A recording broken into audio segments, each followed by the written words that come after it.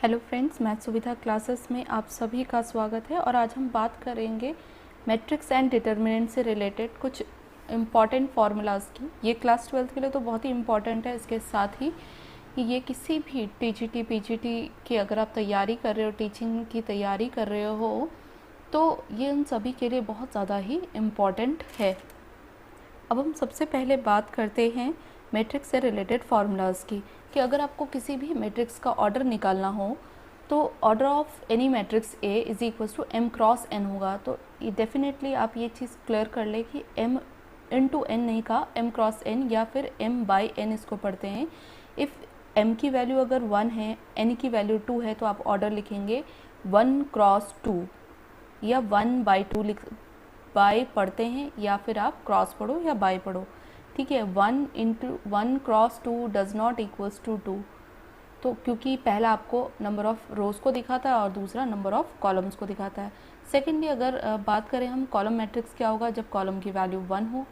फिर से बता देती हूँ, ये m डिनोट करता है नंबर ऑफ रोज को और n नंबर ऑफ कॉलम्स को। तो कॉलम मैट्रिक्स में 1 कॉलम होता है और रोज कितनी भी हो सकती है। उसी तरीके से रो मैट्रिक्स में एक रो होगी और कॉलम्स कितने भी हो सकते हैं। स्क्वायर मैट्रिक्स में जब m equals to n, that means number of rows equals to number of columns हो। डायगोनल मैट्रिक्स किसे कहते हैं? डायगोनल मैट्रिक्स अगर जिस मैट्रिक्स में केवल डायगोनल के एलिमेंट हो और बाकी सारे एलिमेंट्स जीरो हो। डायगोनल के एलिमेंट होंगे a11 a22, इसका मतलब जब i इक्वल्स टू j हो वही एलिमेंट्स हो और बाकी रेस्ट सारे ज़ीरो हों। जैसे यहाँ लिखा है A I J equals to zero when I does not equals to J. और सारे के सारे डायगोनल मैट्रिक्स को हम स्केलर मैट्रिक्स कहते हैं, सिर्फ अगर जो डायगोनल के एलिमेंट, जो फिक्स एलिमेंट आप कह रहे हैं। अब बात करते हैं हम डिटर्मिनेंट से रिलेटेड फार्मूलाज की। जैसे फर्स्ट है कि किसी भी मैट्रिक्स ए का, ये मैट्रिक्स का साइन नहीं होना चाहिए, simple A equals to capital A equals to लिख सकते हो आप। अगर ये कोई मैट्रिक्स है, इसका डिटर्मिनेंट आप कैसे निकालोगे? तो देखो कैसे निकलता है। A1 determinant of A equals to A1, इसका पहला एलिमेंट। अब देखो फर्स्ट रो और फर्स्ट कॉलम को हाइड कर दो तो बच जाएगा, जो भी एलिमेंट बच रहे उसे डिटर्मिनेंट फॉर्म में लिख दो। फिर B1 को देखो, माइनस B1 की पूरा कॉलम और फर्स्ट रो और सेकंड कॉलम पूरा हाइड कर दो, जो भी एलिमेंट बचे वही आपके पास डिटर्मिनेंट बना दो। फिर नेक्स्ट C1, और C1 की रो और कॉलम दोनों को हाइड कर दो, जिसमें भी C1 है, थर्ड कॉलम और फर्स्ट रो को, जो भी एलिमेंट बचे वो सारे के सारे आप डिटर्मिनेंट फॉर्म में लिख दो। तो ये जैसे आप डिटर्मिनेंट फॉर्म में लिखोगे, इसको सॉल्व करोगे तो आपको आपकी वैल्यूज़ मिल जाएंगी। अब A डैश का अगर आप डिटर्मिनेंट निकालोगे तो वो इक्वल होता है A के डिटर्मिनेंट के। अब देखो फिर कोई मैट्रिक्स A है, 3 क्रॉस 3 ऑर्डर का मैट्रिक्स है, स्क्वायर मैट्रिक्स है, और आपको निकालना है A का डिटर्मिनेंट, के A का डिटर्मिनेंट निकालना है। तो वो हमेशा किसके बराबर होता है? के क्यूब डिटर्मिनेंट ऑफ A। अब देखो ये क्यूब कहाँ से आया? जितनी ऑर्डर का यहाँ मैट्रिक्स होगा उतने ही ऑर्डर जो है के की पावर चली जाएगी। आप इसे फॉर्मूला भी बना सकते हो, के की power n determinant of A। ठीक है, नेक्स्ट है A is said to be singular और non singular according to determinant of A equals to 0 और determinant of A does not equals to 0। That means singular matrix किसे कहते हैं? जिस matrix का डिटर्मिनेंट 0 होता है उसे सिंगुलर कहते हैं, और जिसका 0 नहीं होता उसे नॉन सिंगुलर कहते हैं। A इनवर्स का होल इनवर्स क्या होता है? हमेशा A के बराबर होता है। अ square matrix A has inverse if and only if A is non singular. आप किसी भी मैट्रिक्स का इन्वर्स तभी निकाल सकते हो जब उसका डिटर्मिनेंट 0 ना हो। ठीक है, वो मैट्रिक्स नॉन सिंगुलर होना चाहिए। अब देखो A inverse is equals to, पहले भी हमने एक इन्वर्स निकालने वाली वैल्यू पढ़ी थी, वो कैसा पढ़ा था? A इज इक्वल आई ए करके एक इक्वेशन पढ़ी, उससे भी A इन्वर्स निकलता और इससे भी A inverse is equals to adjoint of A upon determinant of A। अब देखो माइनर्स क्या होते हैं, किस हर एक एलिमेंट का माइनर निकल के आता है। तो माइनर कैसे निकालना? सपोज मुझे A1 का माइनर चाहिए, तो मैं माइनर क्या होगा? जिस एलिमेंट का मुझे माइनर चाहिए वो एलिमेंट जिस रो और जिस कॉलम में उसको हाइड कर दो।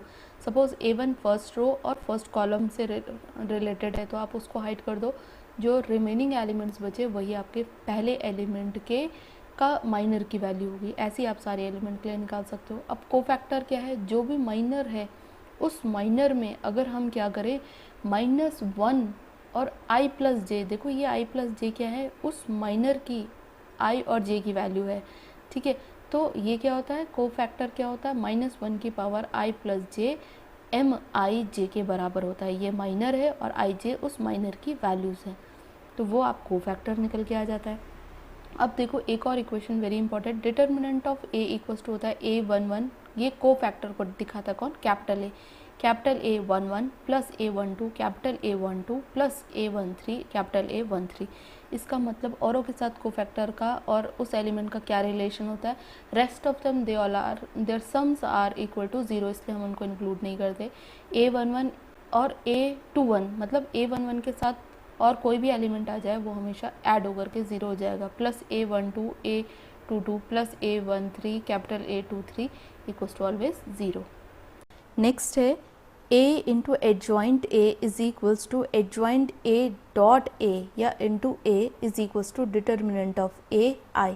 दैट मीन्स अगर आप किसी मैट्रिक्स को उसके एडजॉइंट से मल्टीप्लाई करते हैं या एडजॉइंट को उस मैट्रिक्स से मल्टीप्लाई करते हैं तो वैल्यू क्या आएगी, हमेशा उस मैट्रिक्स के डिटर्मिनेंट के बराबर आएगी, determinant of A dot I, determinant of A dot I के बराबर आएगी। अब देखो एडजॉइंट ए क्या होता है, हमेशा जो भी किसी मैट्रिक्स का आप कोफैक्टर निकालते हैं उस कोफैक्टर का ट्रांसपोज ही एडजॉइंट ए होगा, ठीक है। नेक्स्ट है कि अगर आपके पास कुछ इक्वेशंस दे दी हैं, ठीक है, ये क्या है, कुछ इक्वेशंस हैं, और अगर ये क्या नॉन होमोजीनियस इक्वेशन आप देख रहे हो D1 D2 D3 ये वैल्यूज़ हैं कुछ, अगर कोई नॉन होमोजीनियस इक्वेशन दे दी है तो उसका सॉल्यूशन हम किस इक्वेशन से निकालते हैं, उसके लिए हम यूज़ करते हैं ax इक्वल्स टू b का। इसमें a क्या होगा, जो ये वेरिएबल्स हैं इनके साथ जो कांस्टेंट है, इनके कोफिशिएंट्स जो हैं उन कोफिशिएंट्स का मैट्रिक्स होगा, ठीक है। फिर कैपिटल X क्या होगा, जो कि वेरिएबल्स हैं जिनकी वैल्यू निकालनी है, और नेक्स्ट जो b है आपका कैपिटल B, वो आपके जितने भी कांस्टेंट वैल्यूज़ हैं वो कांस्टेंट वैल्यूज़ का मैट्रिक्स होगा। अब देखो अगर इस a का determinant does not equals to 0 आ गया तो इसका इन्वर्स एग्जिस्ट करेगा, और अगर इन्वर्स एग्जिस्ट करेगा तो हम इसे देखो इन्वर्स फॉर्मूले से कर सकते हैं। कैसे, आप इसको x is equals to a inverse b की फॉर्म में लिख करके वैल्यू पुट करोगे और सॉल्यूशन निकाल सकते हो। ये एक चीज़ देखो कि ये a अगर सिंपली बोलूँ तो आप इस a को दूसरी साइड शिफ्ट कर दो, पर मैट्रिक्स को तो शिफ्ट नहीं कर सकते ना, तो हम क्या करते हैं, प्री मल्टीप्लाई करेंगे इसकी a इन्वर्स से और b की भी प्री मल्टीप्लाई करेंगे इससे a इन्वर्स से। नेक्स्ट बात करते हैं हम कंसिस्टेंट और इनकंसिस्टेंट की। देखो कोई भी इक्वेशंस हैं तो उन इक्वेशंस का ही, डिफरेंट इक्वेशंस का ही सॉल्यूशन को हम कंसिस्टेंट और इनकंसिस्टेंट कहते हैं। जब किसी इक्वेशंस के सॉल्यूशंस एग्जिस्ट करेंगे तो उन्हें हम कंसिस्टेंट कहते हैं, और जब सॉल्यूशन एग्जिस्ट ही नहीं करेंगे तब उन्हें इनकंसिस्टेंट कहेंगे, ठीक है। नेक्स्ट है for a square matrix A in matrix equation ax equals to b, किसी भी स्क्वायर मैट्रिक्स ए के बारे में उसके सॉल्यूशन को फाइंड आउट करने के लिए कुछ वैल्यूज़ दी गई हैं कि कब सॉल्यूशन एग्जिस्ट करेगा और कब नहीं, उसके बारे में बताते हैं। जैसे फर्स्ट है आपके पास determinant of A does not equals to 0 there exist unique solutions. इसका मतलब वो क्या कह रहे हैं कि जब किसी भी मैट्रिक्स का determinant does not equals to 0 होगा तो ऐसी कंडीशन में उसका आप इन्वर्स निकाल सकते हो, अभी हमने यहाँ देखा था, और इससे आराम से, और जहाँ इन्वर्स होता है वहाँ हमेशा यूनिक सॉल्यूशन होता है, क्योंकि इन्वर्स ही अपने आप में यूनिक है एक, ठीक है। लेकिन अगर कभी कभी इस मैट्रिक्स का, इस ए का डिटर्मिनेंट 0 हो गया या सिंगुलर हो गया ये, तब क्या होगा, तब आपको दोबारा से, ऐसा नहीं कि वो नो सॉल्यूशन दिखाएगा, तब आपको फिर से उसका एडजॉइंट ए निकालना है, उसको b से मल्टीप्लाई करना है और चेक करना है कि वो 0 है या नहीं। अगर 0 नहीं है तब तो वेल एंड गुड, आपका क्या होगा, नो सॉल्यूशन हो जाएगा। बट अगर वो 0 आ गया, इन दोनों का मल्टीप्लाई किया और वो 0 आ गया, इसका डिटर्मिनेंट भी 0 है, तब फिर मैनी सॉल्यूशन और नो सॉल्यूशन दोनों की सिचुएशन हो सकती है, फिर हमें नेक्स्ट स्टेप में जाना होगा। नेक्स्ट है देखो कि अगर दो मैट्रिक्स हैं आपके पास, दोनों नॉन सिंगुलर मैट्रिक्स है, तो उनका प्रोडक्ट भी हमेशा ही नॉन सिंगुलर ही होगा। और A B, determinant of A B equals to determinant of A determinant of B होता है। एडजॉइंट ऑफ ए, नेक्स्ट है determinant of adjoint A is always equals to determinant of A to the power 2 when the order of A is equals to 2। अब कुछ adjoint से related formulas हैं, like determinant of adjoint A is equals to determinant of A to the power n minus 1 and adjoint a dash is equals to adjoint a to the whole power dash. Adjoint ka, k that means this is a constant, ka is equals to adjoint a and k to the power n minus 1. Adjoint a is equals to determinant of a to the power n minus 1. Determinant of adjoint a is equals to determinant of a to the power n minus 1 का whole square. देखो next है, अगर किसी भी triangle का आपको area चाहिए तो हम क्या करेंगे, और उसके तीन पॉइंट्स दिए हुए हैं, तीनों वर्टिसेस के पॉइंट्स दिए हुए हैं, तो हाउ वी विल फाइंड, तो हम लिखेंगे इसमें the area of triangle is equals to half determinant of तीनों points, first point x1 y1, x2 y2, x3 y3 and 1 1 1। आप इसको डिटर्मिनेंट को ओपन करो या यहीं वैल्यूज पुट करके फिर डिटर्मिनेंट एक्सपेंड करो तो you can write the value of the area of triangle.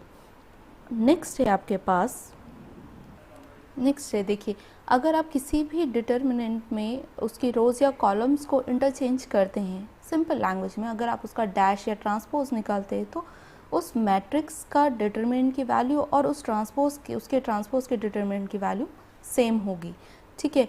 If any two rows of columns of a determinant are interchange then sign of determinant change. देखो अब अगर आप केवल उसकी कोई दो रो और कॉलम को आपस में इंटरचेंज कर रहे हो, सबको नहीं, तो ऐसी कंडीशन में उसका साइन जो है वो चेंज हो जाएगा। देखिए नेक्स्ट बात करते हैं कि अगर किसी भी मैट्रिक्स में दो रो या दो कॉलम जो है वो आइडेंटिकल है तो उसकी वैल्यू हमेशा 0 होगी। और अगर किसी भी डिटर्मिनेंट में अगर आप उसके एलिमेंट में से कुछ कॉमन लेना चाहते हैं तो आप ले सकते हैं, इंडिविजुअली रो से ले सकते हैं या कॉलम से ले सकते हैं। जैसे यहाँ से देखो, अगर आप एक रो से ले रहे हो तो सिर्फ एक के आएगा, जबकि मैट्रिक्स में आपको उसके सारे एलिमेंट से अगर लेना है कॉमन तो सबसे लेना होगा, बट यहाँ आप इंडिविजुअली किसी एक रो या किसी एक कॉलम से ले सकते हैं। नेक्स्ट है, इफ़ सम और all elements of a row or column of a determinant are expressed as sum of two or more terms, then the determinant can be expressed as the sum of two determinants। देखो आप क्या कर सकते हो, कोई भी terms को आप क्या करोगे, दो टर्म में डिवाइड करके और उसको सम की फॉर्म में लिख सकते हो। जैसे यहाँ लिखा हुआ है, कोई भी एक नंबर a b और c था सपोजिंगली, उन्होंने से 2 पार्ट्स में डिवाइड कर दिया, a1 plus lambda 1, a2 plus lambda 2, a3 plus lambda 3। अब हम इसको भी दो डिटर्मिनेंट के फॉर्म में लिख सकते हैं, जैसे a1 b1 c1, a2 b2 c2, a3 b3 c3 plus lambda 1 b1 c1, lambda 2 b2 c2 और लैम्डा 3 b3 c3 के फॉर्म में आप इसे ब्रेक करके फिर अलग अलग डिटर्मिनेंट को सॉल्व करके जो वैल्यू आएगी वो इसी डिटर्मिनेंट के बराबर होगी।